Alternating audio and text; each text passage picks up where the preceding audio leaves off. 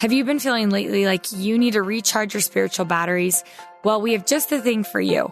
Join us for Lift Up Your Heart, a Magnify gathering. This is a day-long event meant for women to gather, recharge, listen to inspiring speakers, live music, and most importantly, be reminded of what we already know, that Jesus Christ is our answer and that we're not alone. It's everything you loved about Time Out for Women and more, and it's coming to a city near you. The best part is if you're a listener, you get a special discount code at checkout. So register now by following the link in our show notes and use the code podcast10 at checkout to get $10 off each registration. That's code podcast10, PODCAST10 at checkout. Go to magnifythegood.com/events or head to the link in our show notes. The first city that's open is Plano, Texas, and it's coming September 24th, and registration is open now. We can't wait to see you there. In 2005, Ryan Shupe and the Rubber Band released the band's only charting single, a song titled Dream Big that was infused with positivity and hope. Although a one-hit wonder, that one hit packed a big punch that took Shupe on a ride that perhaps he couldn't have even dreamed up. Now, nearly 20 years later, yes, that makes me feel old, Shupe joins us to reflect on that wild ride and what he learned in the process. Winning over live audiences has been Ryan Shupe's natural-born talent since childhood. A fifth-generation fiddler, he started performing as a young boy. Shupe later formed the Rubber Band, and the band took the long-running Telluride Bluegrass Festival in Colorado by storm, winning the live band contest. This launched them into the national music scene, and after signing with Capitol Records, they hit number 13 on Billboard's U.S. Country Album Chart with their signature album, Dream Big. Their title track from that album continues to be an audience favorite and has garnered over 2.1 million streams on Spotify. This is All In, an LDS Living podcast where we ask the question, what does it really mean to be all in the gospel of Jesus Christ? I'm Morgan Pearson, and I am honored to have Ryan Shupe on the line with me today. Ryan, welcome. Hey, thank you. Thanks for having me. Well, I learned so much, Ryan, about you. I'll be honest, most of what I knew going into this interview was the song Dream Big. That was pretty much the extent of my knowledge of your life. But I found a couple of really great articles on the Deseret News. Doug Robinson and Lee Benson are two of my very favorite writers for D News, and they both have written not only about you, but about your dad. And so I wanted to kind of start with your father. I found an article that talks about how your dad is the father of bluegrass music in Utah, which is a lofty title. And he came from a long line of musicians, but he says himself that he's not a great musician. However, his talent lies in how to teach and inspire and promote others. You have been a product of that teaching and inspiring and promoting. I'm curious, is he just being modest about his musical abilities, or is that true? You know, he is a pretty good musician. He is kind of modest that way. But I think more than anything, he has the ability to focus on things, right? So he just decided, okay, I'm a fifth generation fiddle player, right? So he played in my grandma's dance band, and then all my cousins played fiddle. And there's these pioneer journals of people who, are saying, oh, I'm going to go down to the dance. I'm going to throw the fiddle on my back and ride the horse down to the dance. And, back then, of course, if you didn't have music, you didn't have someone playing music, you didn't have music. So I feel like I can imagine in my mind that, they were kind of popular. You got to have the fiddle player there to have a party, right? When I heard about other, family gatherings and stuff. So I think along those lines, he just thought, you know what, I need to teach my kids how to play music. And I think it kind of stemmed a little bit from, he was a big kind of like athlete. He was always playing basketball and all this stuff. But then when he found that he kind of got a little older, he was like, well, what am I going to do now? So I think he started thinking, well, music would be the thing that you could take with you through your whole life. So he's like, I'm going to teach my kids to play music. So then he got me up. I was the oldest, so he started on me first. I was the experimental child, I guess. And he got me up two hours before school and practiced every day. And I don't know if I knew any different. I just, got up, and I think he just thought, well, I guess Brian is getting up and he's focusing on it and willing to take it. And me, I just didn't know any different. So I just kept playing and playing. And then he did that with me until the other kids got a little older. And then he's kind of started on them. And then I just, then he didn't focus as much on me. And then he started focusing on the younger kids. But by then I was already, pretty good at the fiddle. So yeah, I think he, in answer to the question, he's pretty good on the piano. He plays things, and he plays the violin, like not that great, but he does play bass, and he plays like upright bass in, a couple bands, and he's done that a ton, and he's good at that. And I think he might be right. What his strength is just seeing a goal and seeing how to get there, and then working really hard to do a crazy idea that most people would maybe think is crazy, but he just pursues it and makes it happen. Yeah. Okay. So you said 2 hours before school, but I need people to understand that this was 5 a.m. It might have stunted my growth. I'm not sure, but anyway. I was going to say, poor Ryan is over there thinking like all kids get up at 5 a.m. to play the fiddle. But that's crazy. First of all, the dedication. I'm curious, what does it mean to you in retrospect to have had that time spent with your dad? Well, I do think I think he valued that time, and he felt like he was doing it to help out his kids, and he wanted to spend that time with his kids. And so for me, I value that he was around and was willing to spend that time. And I feel like I know that he loved us enough to really put, part of his life aside and try and give us something from that. From what I understand, he had you in your first band at the age of 7, and you toured all over the place. Is that right? Well, probably in 7, I was probably playing with what they called the Shupe family fiddlers, which was my uncle's family traveling. They would go around to all these different wards and stakes and different events. But then by the age of 10, he decided that he wanted to organize a little kids band. So he organized a little kids bluegrass band, and we were called the Pee Wee Pickers. And we just went and traveled all over the country. I never really went to scout camp in the summer, because we were always gone traveling all over the country, playing at these random bluegrass festivals and the World's Fair, and going on to random TV shows and doing stuff like that. So it was an interesting growing up. Yeah, not a traditional. I don't know anything different, but it was definitely fun. It was like every summer you just jump in the RV that we had, and you had all your other bandmates with you, and we had family and friends, and we just kind of would roll in and just. As a little kid, you're just fascinated by all the different areas you got to go, and they had different stores and different food. And, I remember we got to some place and they gave us grits, and we didn't know how to eat them. So we put sugar on them, and everybody was looking at us like we were crazy. But so. It's funny that you say that, because the very same thing happened at the MTC. I observed a lot of people come upon grits for the first time, and I am from the South, so I knew exactly what you do with grits. But I watched them load theirs up with like brown sugar and stuff, and I was like, this is a critical error. So Yeah. I understand how that could happen. Okay, so you continued practicing with your dad 5 days a week into your teenage years.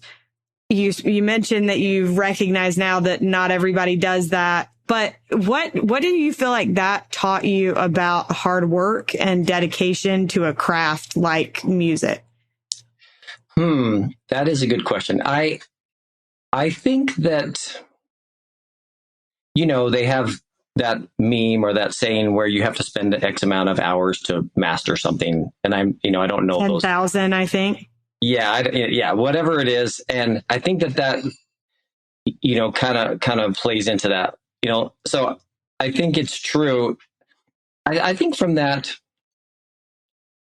I feel like what I learned is that if you really want something, and if you're going to have a better chance of achieving that if you just buckle down and work really hard, and so I think, yeah, that is a really good question. I think that's just kind of taught me, determination.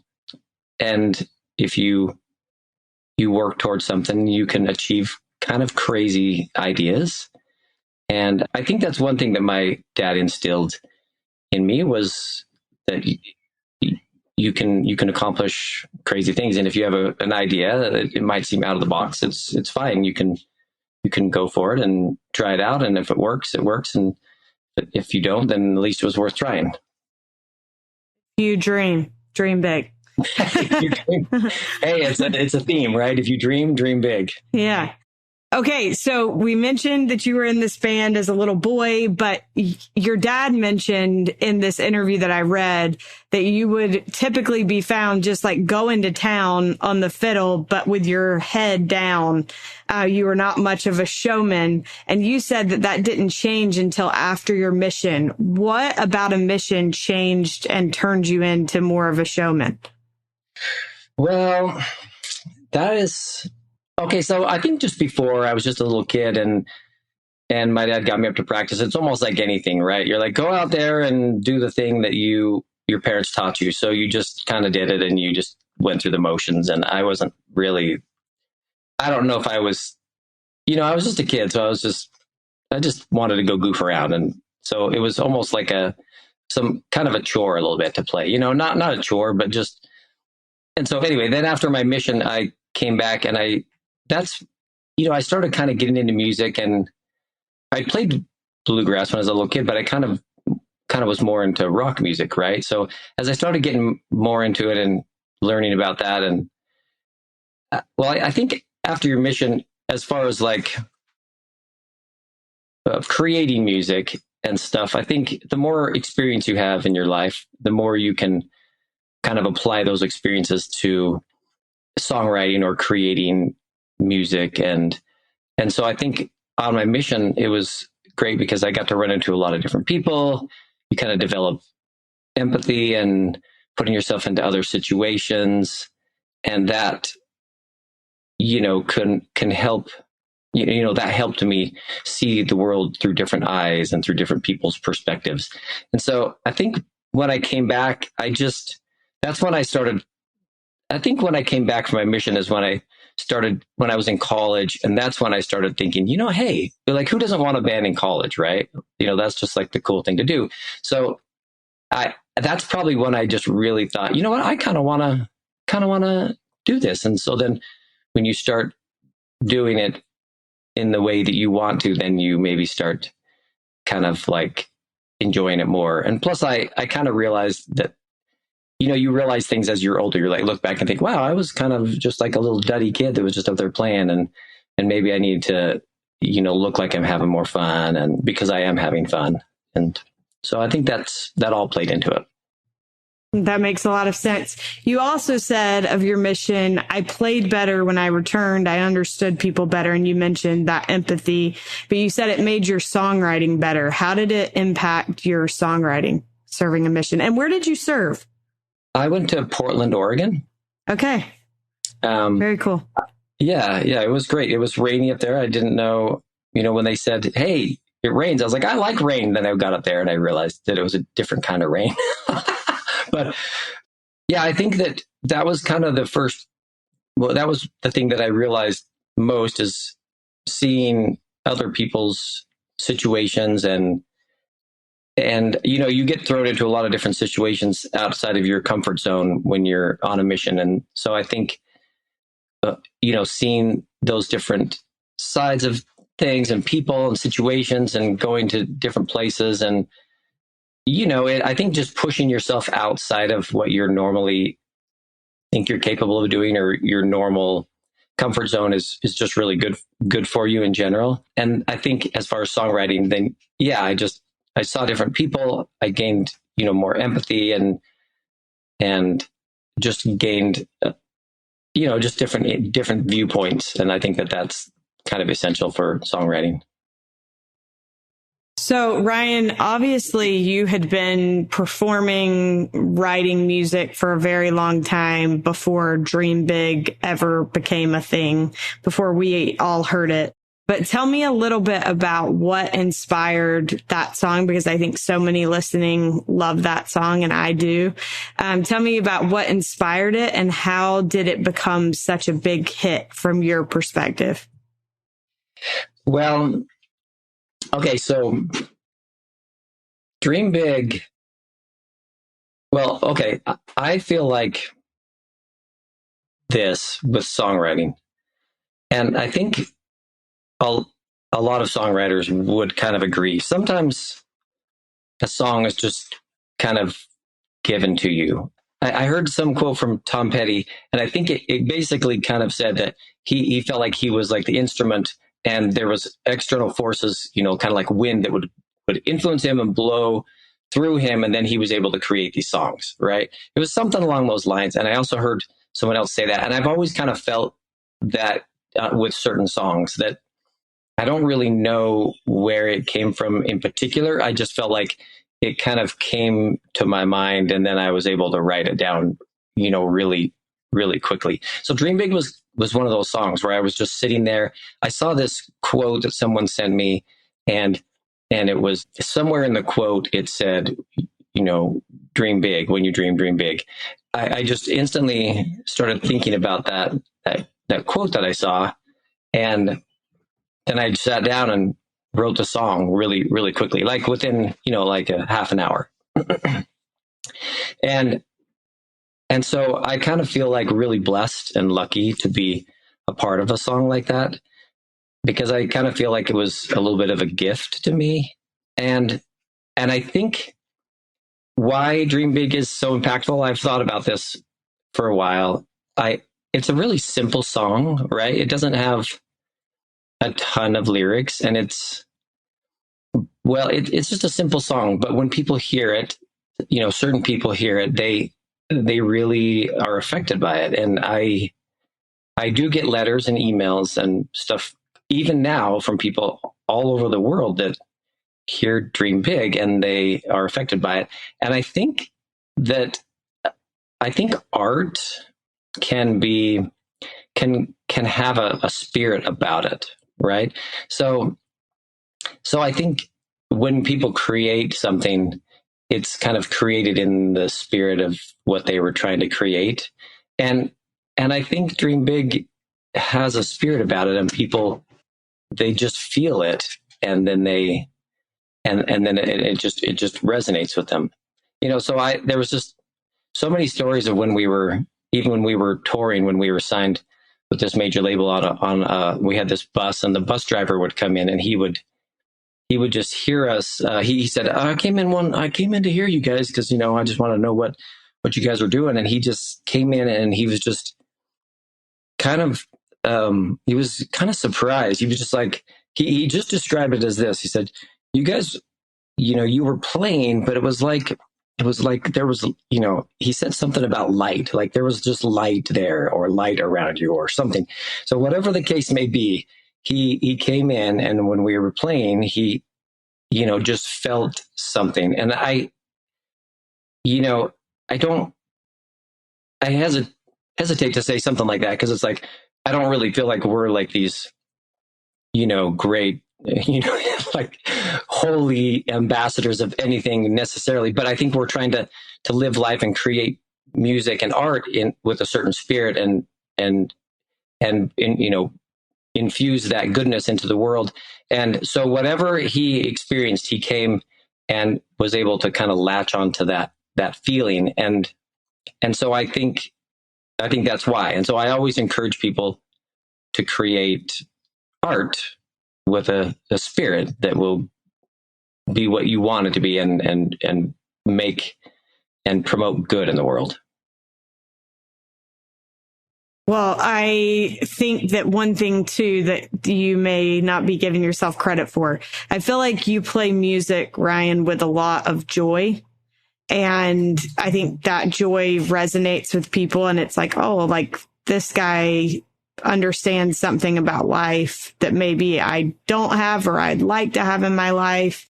You said after that song kind of blew up, you said, I guess it was sort of a self-fulfilling song. When I wrote it, I wasn't actually planning on playing music for a living. And I wondered, was it hard to have a song that really took off like that one did? When I'm sure you've written like thousands of songs, and then you hope that like others will have that same trajectory? Or do you just feel like so grateful for the way that that song has resonated with people and kind of carried you in, and how it carried you into a career essentially in music where you've been able to continue to do it? Yeah, I think music is such a crazy, weird business in and of itself. And it's really hard to, it's hard to make waves and move forward. So yeah, I'm grateful for anything that comes, from it. So yeah, a song like Dream Big, I'm super grateful that it was able to go out there, and I love playing that song. And, but I love playing music in general. I love playing all the songs, but yeah, so I'm not, I'm definitely not, you hear people like that. Oh man, I got to play that song again. But I'm definitely not that way. I love Dream Big. It's fun to play, and I really am appreciative of the success it's seen and the influence that it has. I still hear stories from people, even at concerts, just even this last year, people come up after and say, hey, we heard your song Dream Big and it changed our life. And so just stuff like that really kind of makes it worth it. Absolutely. Well, I wanted to touch on something that I found interesting. You have turned down over the course of your career some pretty big opportunities and have sought to remain true to yourself. It seems like, for example, you said that you felt like if you had to perform frequently on Sundays or to play in clubs regularly, that just wasn't worth it to you. Can you tell me a little bit about that? I was surprised at how much random stuff you guys found out about quotes that I gave online. It's funny what you can find. So I'm a seasoned stalker. So if you don't want me to find it, Ryan, don't say it, and don't say it for 20 years. This is like not, it's funny. We have this video, Just Say Yes, and we wanted marriage proposals to go on this video. And we went online and found a bunch of marriage proposals. And it was exactly what you're saying. It was funny how much you could find out about a person and track them down and message them about some random video on YouTube. It's what I do for a living. Yeah, it was crazy. We tracked down this couple in the Philippines. Like, hey, can we use your video? They're like, yeah, sure. So anyway, yeah, you can find random things online. Okay, so whenever someone comes to me and says they're going into music, or if they're kind of worried about the music industry or whatever, and this does go with, kind of something that I don't know what you'd call Ryan Shupe tenet of living, and maybe other people have those same kind of things. But yeah, I think the little decisions you make are probably the most important because they add eventually into the big decisions, right? So I think what I did is I just thought, there's certain things that I just kind of want to stick to. So whenever when we go and we start talking to these big labels and they start asking us about all these opportunities, we should just set what we want to do and what we're willing to do and what we're not willing to do, and then just stick with that. Because if you don't, then people are just going to, ask you to do this or ask you to do this. And then slowly you maybe, slide or slip to be, just to kind of go one way that you didn't intend to in the beginning. So I think that was kind of what we did. We just talked about it and said, hey, I don't think we want to do this and this and this, and let's just try and stick the best to that as we can. And so I think that's just goes along with making the small decisions, and they add up into the big decisions. And that's the thing in life. You can look back and say, hey, what if we would have done this? Or what if we would have done this? And I think that those kind of things could kind of drive you crazy if you just kept thinking about them. I think the main thing that you have to do is just think, okay, what did I know? What did I feel good about at that point? And what did I feel like I wanted to do, and what I was willing to do and what I wasn't willing to do? And then just stick with that. And then come what may, that's just the way it is, because then you can live contented with the knowing that you did the best you could and you did what you set out to do. So I don't know if I articulated that. No, it makes perfect sense. And it's interesting to me thinking about, that's one thing that my parents always told me was, decide in advance what you're going to do in any given situation, because when you have to make it in a split second, you may not make the right one, but if you've made it well in advance, you will. And I'll tell you this story because Ryan just recently met my parents and you met my dad, so you'll appreciate this. But he had this experience when he was in high school where he was driving. He was in a car with some people after a football game, and there were members of the church that he went to church with in the car. And the person driving the car pulled over and said, all right, if you're not drinking, get out of the car. And my dad is like this 16-year-old boy, obviously every 16-year-old kid is trying to fit in. And my dad said there were like people, the car was packed full. And so my dad had to like get people out of the car for him to exit the car.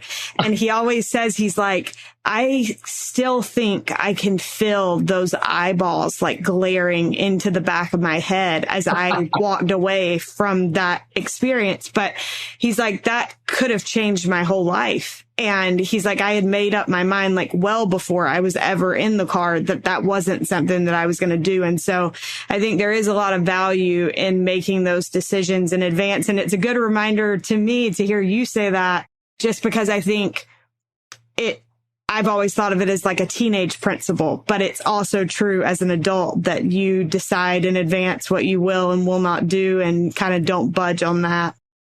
And I think that this is another thing. You don't need to, how's this? You can learn from other people's mistakes. So, that's one thing that I have done. I see someone and I say, okay, this is where they're at, and these are the choices they've made. And, so these are some of the big choices they've made. So in reference to like your dad, for example, I have seen someone and they would maybe drink or they would do drugs, and I would see how their life is going. And I say, you know what? I don't need to do that, because I can see where that might end up. So, you don't need to make every mistake to learn from the mistakes. You can just look at someone else and say, oh, I can see that led them to not a really great place. So that's fine. I don't need to do that. And so I think that principle applies, across the board, right? There's just so many things that you can see and go, I don't want to end up like that. So I'm going to make the decisions, and I think, yeah, you hear it as like a kid, but even now, even throughout your life, it's just important to always I think it's like a principle, yeah, throughout your whole life. Yeah. Well, and I also think the flip side of what you were just saying is true as well. I always feel like one of the biggest testaments to the truthfulness of the gospel of Jesus Christ is what it does for people in their lives. And so to me, it's always been like, okay, if I'm going to look at people and how they've lived their lives and how their lives have turned out, like, what kind of life do I want to have? And I think like you can very much look at people and say, okay, I would like to be like so-and-so.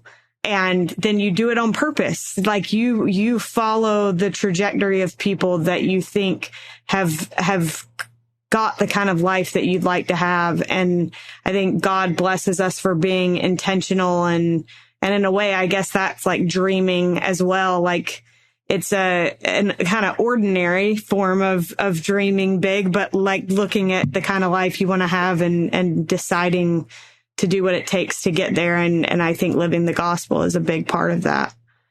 You were saying it's important to dream big. And I think that's true. And I think there's this weird balance between all things in the gospel and in the world and everything, right? So that's one thing that I've always kind of thought about and contemplated is, so you want to dream big and you want to be, this. So for me, for example, I want to be this musician and I want to do all this stuff, but the only thing we don't have, the only thing you can't buy is time. And so you can only spend so much time in your life on any one thing. So whenever you're doing something, you're just taking time away from something else, right? So it's just this balancing act of how far do you push something? Because if you keep pushing, then maybe you could get that, but it will be at the expense of something else, right? And so I think in life in general, it's kind of always this balancing act. And maybe musicians are, kind of worse than other people, but I don't know, because you always think, okay, I want to be, I want to make an impact in the world. Maybe everybody wants to make an impact in the world. I want to write the song that, is that makes everybody's, it's just like, the best song in the world. And I want to, go tour. And so you always are trying to aim for this. And so if you don't achieve certain things, maybe you feel like, oh man, I wasn't able to achieve that. But then it's also kind of a balancing act by being content in the blessings you have and just saying, but look at all the things we've done and look at the time you get to spend with your family. And so it's just this juxtaposition of that. And so that is an interesting, thing to think about. And I guess the conclusion I have is, maybe there's no conclusion, but is that you just have to realize that everything in life is a balance, and you need to make sure you don't get too out of balance, pursuing one thing but at the same time not pursuing it, because we obviously need to pursue things. I think that makes sense. And it's a question of like, where do you place priority, and all of those things I think are things that we wrestle with as human beings, and certainly as disciples of Jesus Christ. Ryan, I so appreciate this conversation and your thoughts and sharing some of your experiences. My last question for you is, what does it mean to you to be all in the gospel of Jesus Christ? Well, I think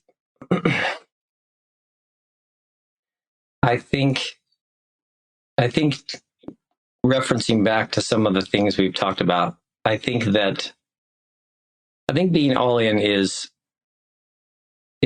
making the small decisions that lead to the big decisions in your life. And also I think for me, it's remembering the moments of inspiration that you have. So if things get harder down the road, you can reference back to those things and know, kind of goes along with, what I was saying, when you make a decision and then you need to kind of stick with the decision moving forward, because in the time you know what you need to do. And so then when the time gets tough, that's not the time to switch your decision. You knew back in the day. So I think for me, I've been led in lots of different ways, and I feel like there's been small pockets and moments where, I've heard, a little voice tell me something, or moments where I can definitely attribute to God answering prayers and to guiding me in certain ways that I need to go. And so I think for me, it's just remembering those moments and knowing that God is mindful of you and guiding you, and then continuing to just, if there are any kind of tough times or anything, just remembering those times and holding on to them, and that will get you through any future difficulties you have. I love that. I think that is so true and so essential for everybody. I feel like I just heard an example yesterday of like the goodness of God to some friends of mine who have gone through a rough year, and just like this little thing that was like, oh, God is very aware of us. And I think you take those things and you treasure them up and hang on to them tightly. And that's what allows you to keep moving forward and plowing forward. Ryan, thank you so much for this conversation, and thanks so much for all the work that you've done. Yeah, thanks for having me. We are so grateful to Ryan Shupe for joining us on today's episode. Thank you also to Derek Campbell of Mix It 6 Studios for his help with this episode, and thank you for listening. We'll look forward to being with you again next week.